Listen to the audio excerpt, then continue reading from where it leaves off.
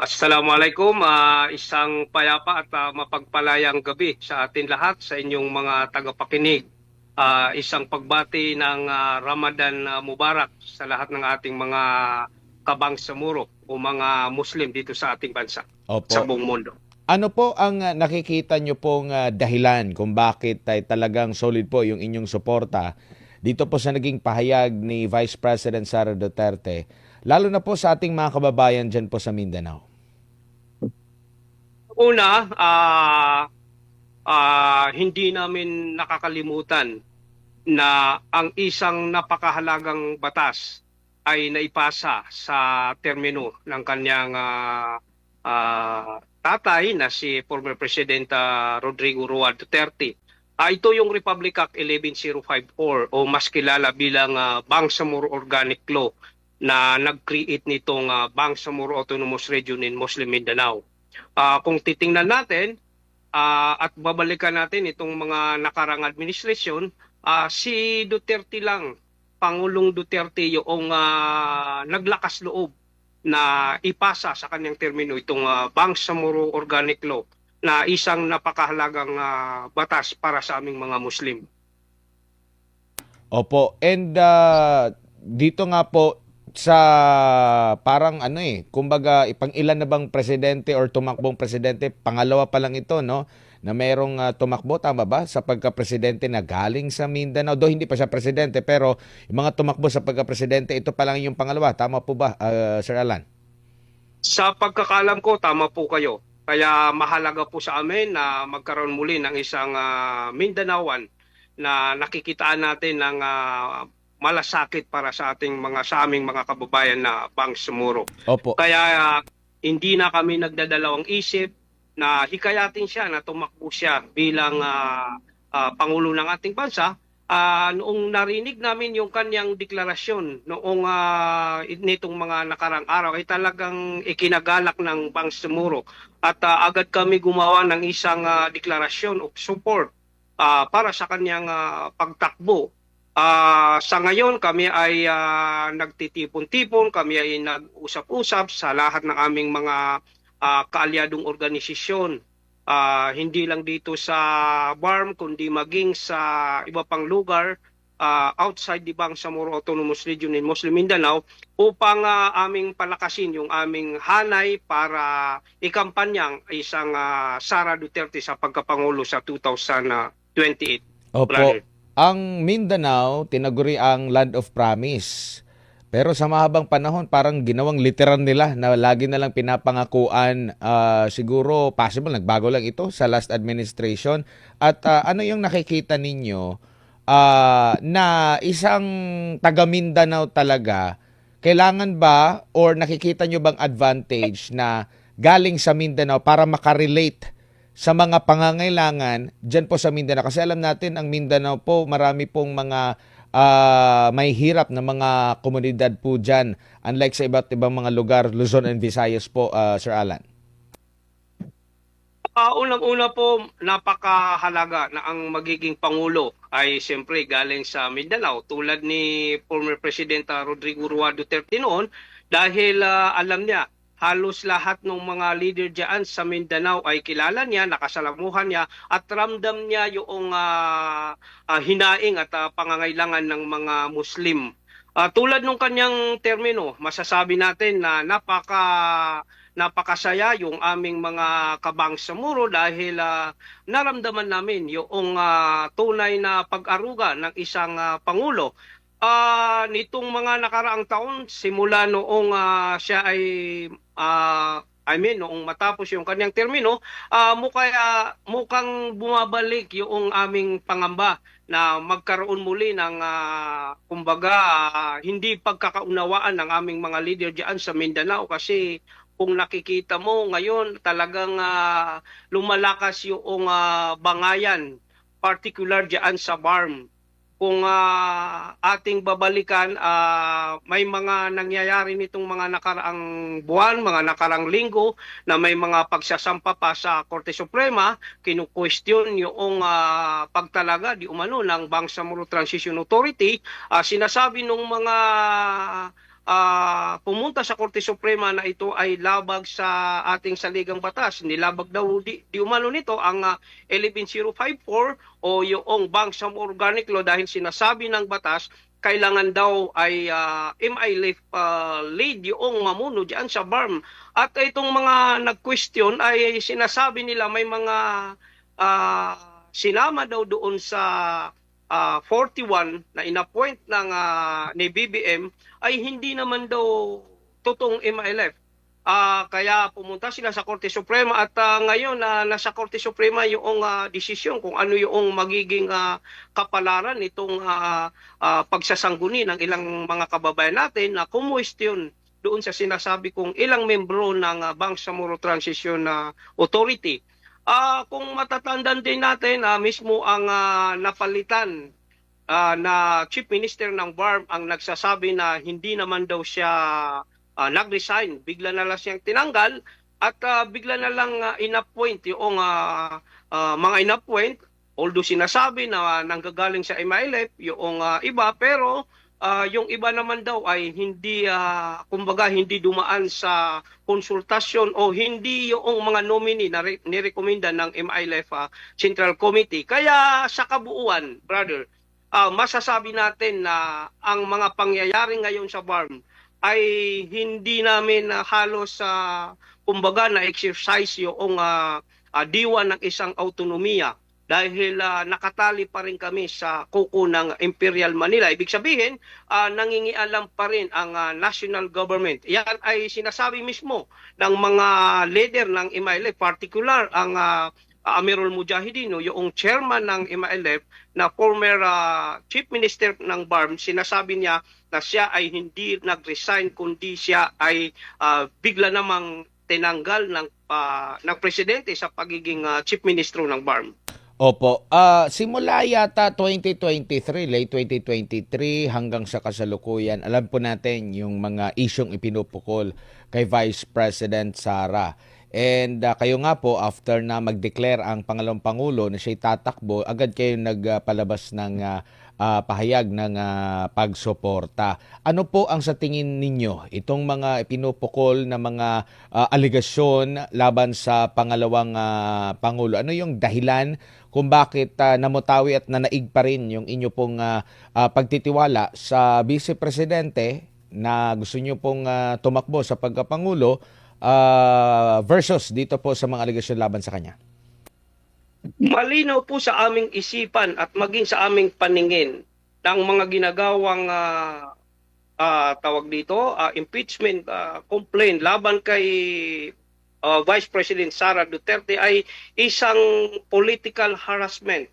Kasi alam ng mga kalaban niya sa politika na kapag hindi ito napigil ay talagang mananalo siya sa pagkapangulo sa 2028.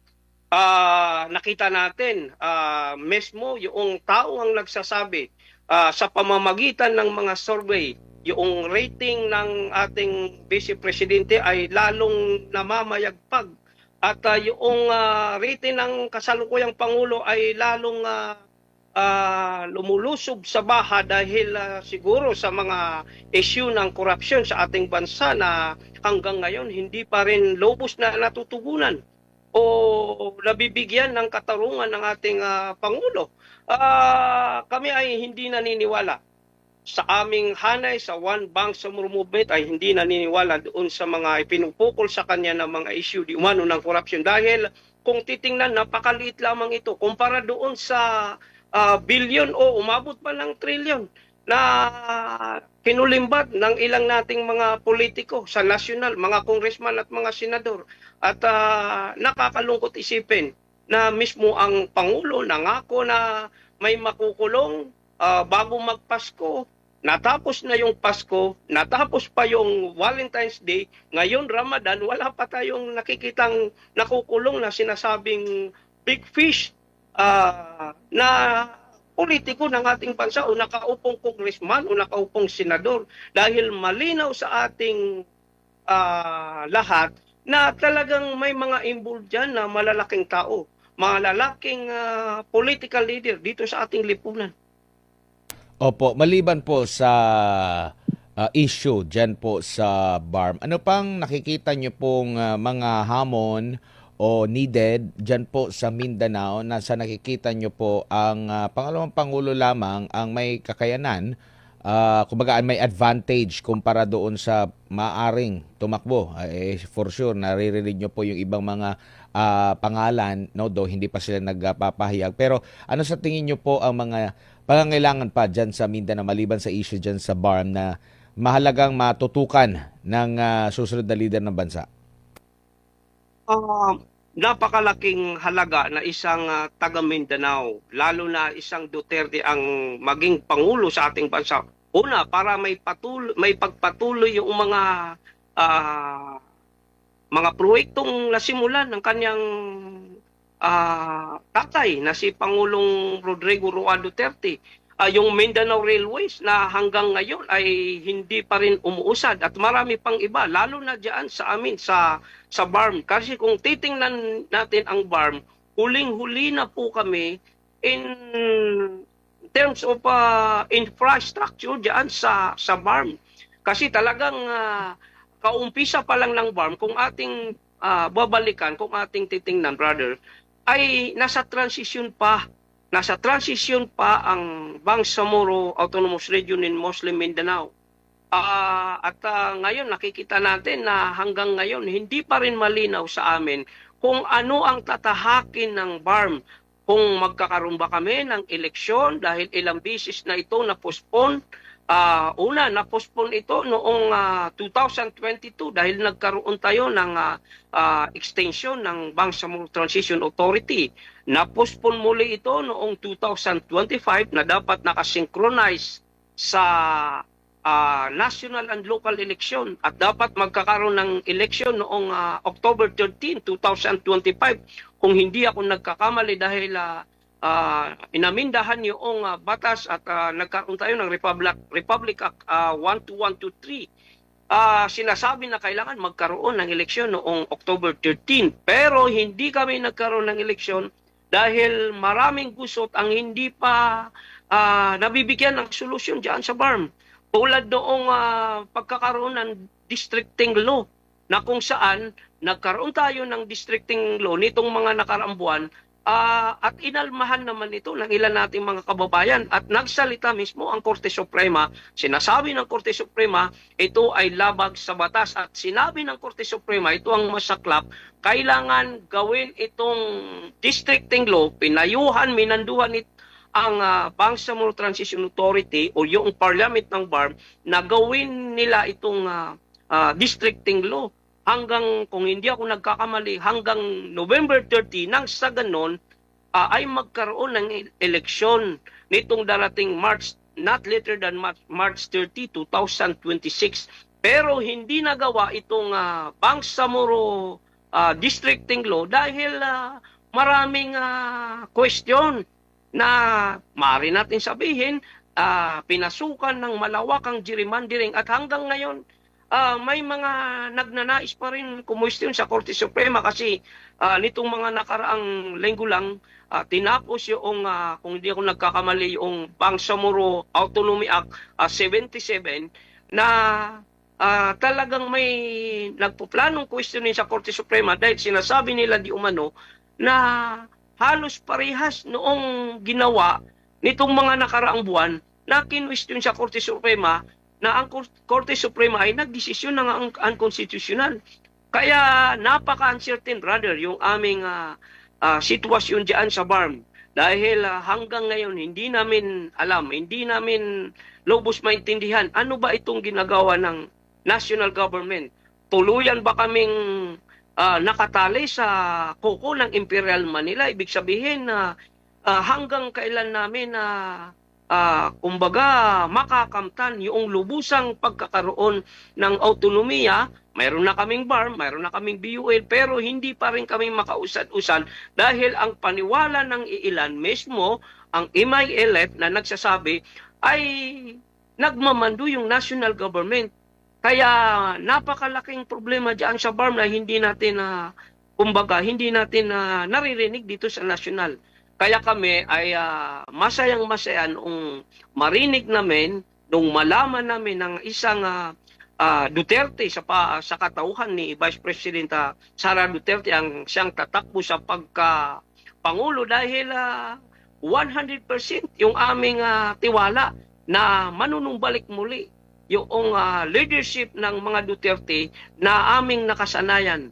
Kumbaga, aming pinaniwala ang makakapagbigay ng katiwasayan ng pamumuhay diyan sa Mindanao at magbibigay ng ganap na kapayapaan diyan sa Bangsamoro region, brother. Opo, huli na lamang po kung kayo po ay papipiliin. Pwede rin kayong hindi magbanggit ng pangalan. Ano pong klase ang nakikita nyo pong dapat na maging katandem ng pangalawang Pangulo? Kasi maaari siyang bigyan ng trabaho din. Though, kumbaga parang spare tire lang ang Vice President pero maaari siyang bigyan ng task ng Presidente if ever nga na manalo. Ano po sa tingin ninyo ang dapat criteria na meron ang maaring katandem ng pangalawang Pangulo para ma-make sure talaga na maganda ang pamumuno sakaling manalo, Sir Alan? Salamat sa inyong katanungan kasi kani-kanina lamang ang One Bangsa ay nag-issue ng isang statement. Kami ay nanghikayat sa pangalawang Pangulo na si Senator Robin Padilla ang kanyang piliin o i-anoint na maging katandim niya bilang pangalawang Pangulo sa 2028. Ang tanong ngayon, bakit namin napipisil si Robin Padilla? Unang-una, kung ating babalikan at ating matatandaan, noong 2022 election, si Robin Padilla ay tumakbo ng hindi napapabilang doon sa top 5 na senatorial candidate. Pero noong malapit na yung election, lalo na yung election period na, noong magkakaroon na ng butuhan, naramdaman natin, nakita natin yung buhos ng kanyang lakas hanggang sa magkaroon ng eleksyon na siya'y namayagpag sa numero 1 sa pagkasenado. Isa lang ang nakikita namin dahilan. Kung ating babalikan, ating matatandaan, si Robin Padilla ay siya lamang ang tanging senatorial candidate na ang kanyang pahunahing advokasya o plataforma di gobyerno ay yung pagkakaroon ng isang federalismo. Siya lamang yung nakitaan namin ng kahandaan na ipagpatuloy yung matagal na gusto ng former President si Rodrigo Duterte na magkaroon ng isang federal system of government sa ating bansa. Dahil kung ating titingnan, brother, ang BARM ay isang uri ng federalismo. At kung iyan ay lumaganap sa ating bansa, sa ating bayan Pilipinas, talagang uunlad ang Pilipinas. Si Robin Padilla may kakayahan bilang isang senador sa ngayon. How much more kung siya ay maging kaagapay o katulong ng ating magiging Pangulo ng Pilipinas.